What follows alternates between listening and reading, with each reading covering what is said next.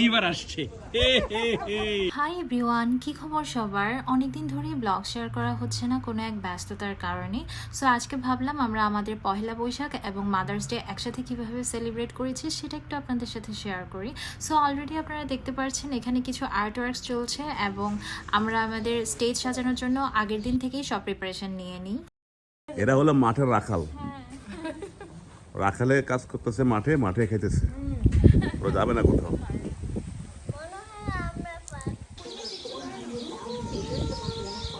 ভাইয়া ফান করছিলেন ব্রেকফাস্টের সময়। এনিওয়ে, সো এটা হচ্ছে ঠিক সকাল 7টা বাজে একটা ভিডিও ক্লিপ। আর সকাল 7টায় আমরা যে যার বাসা থেকে প্ল্যান করি পপিয়াপুর বাসায় যাব। আর ওনার বাসার ব্যাকইয়ার্ডে হচ্ছে পুরো প্রোগ্রামের অ্যারেঞ্জমেন্ট করা হয়। এই পাশটাতে হচ্ছে নববর্ষের জন্য একটা স্টেজ করা হয় এবং ঠিক তার অপোজিটেই হচ্ছে মাদার্স ডের জন্য একটা স্টেজ করা হয়, যেহেতু আমরা দুটো প্রোগ্রাম একসাথে একই দিনে সেলিব্রেট করার প্ল্যান করেছি। দুপুর টাইমটাতে নববর্ষ সেলিব্রেট করা হবে অ্যান্ড বিকেলে হচ্ছে মাদার্স ডে।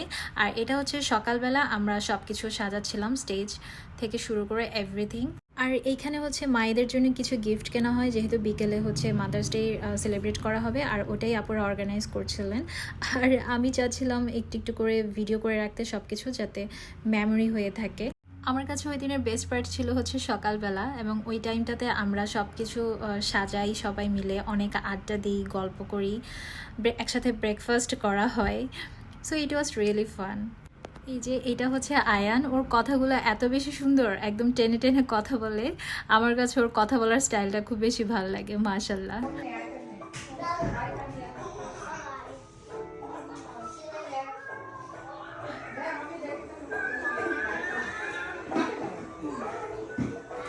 সবকিছু শেষ করে ভাবি আমাকে আর তানিয়াপুকে বাসে ড্রপ করে দিচ্ছিলেন।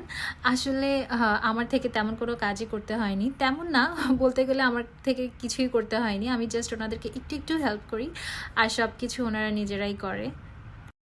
বাসা থেকে রেডি হয়ে চলে আসলাম নববর্ষের প্রোগ্রামে। শুভ নববর্ষ সবাইকে, যদিও লেট নববর্ষ।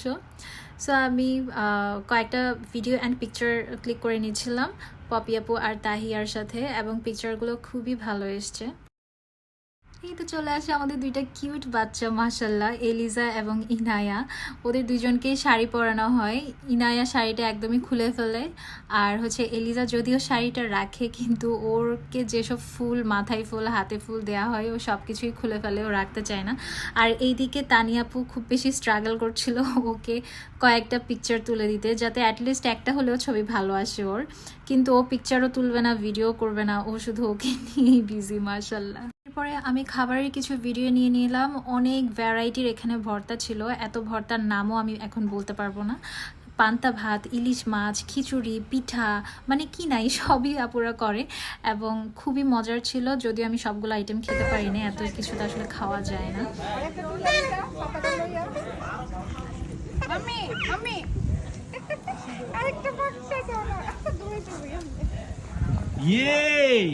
এইবার আসছে।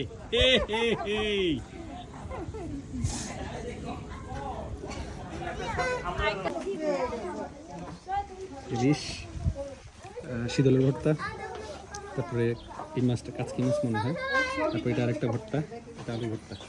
ওকে, খাও। লবণ তো লাগে। আমার জামাইয়ের একটু ভিডিও দেখিয়ে দিলাম, ও আসলে কি কি আইটেম নিল। ও কিন্তু ভিডিওর পেছনে আরও অনেক কিছু নেই, যেটা সেই ভিডিওতে শো করেনি। ফাইনালি আমি খাবার শেষ করে আমার হাজব্যান্ডের সাথে কিছু পিকচার অ্যান্ড ভিডিও নিয়ে নিলাম। আর ভিডিওতে আমি নোটিস করলাম যে ও যে জুতা পায়ে দেয় নাই, যার কারণে ভিডিওটা এবং ছবি কোনোটাই খুব একটা ভালো আসেনি। আমি ওকে তখন বললাম যে তুমি প্লিজ একটু জুতাটা পায়ে দাও ছবির জন্য। ও বলে কি ইটস ওকে, কিন্তু এখন আমি বুঝতে পারলাম যে না, জুতা না পায়ে দেওয়াতে ওকে খুবই খারাপ লাগছে দেখতে। পরে আমার এক ভাবিকে আমি পিকচার পাঠালাম, উনি বললো কি ভাইয়া কি তোমার সাথে মোজা ম্যাচিং করে আসছে যে জুতা পায়ে দেয় নাই। আমি পরে আমার মেজাজ এত খারাপ হলো যে কেন জুতা পায়ে দিল না, তা না হলে পিকচারগুলো অনেক ভালো আসতো। ইটস ওকে, আমার জামাইকে কোনো কিছু বললে সে শুনে না, ওর মতোই থাকে। বিউটিফুল রামিসাকে আমার জিজ্ঞেস করতে হবে যে সে আমাকে তখন বলছিল যে আমার সাথে টিকটক করবে, চলো আমরা টিকটক করি। টিকটক করবে বলে সে কোথায় যে হারিয়ে গেল। সো আমার এখন ভিডিওটা দেখে মনে পড়লো, সো জিজ্ঞাসা করতে হবে আমার নেক্সট টাইম তার সাথে দেখা হলে যে কেন করলো না।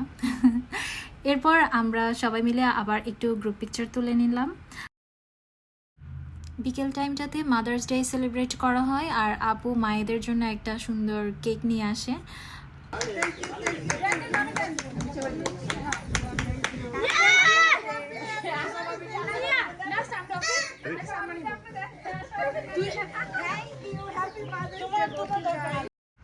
মাদার্স ডে সেলিব্রেশন শেষে আবার ফুচকা পার্টি অ্যারেঞ্জমেন্ট করা হয়, ফুচকা, চটপটি, তারপর আবার ঝালমুড়িও ছিল।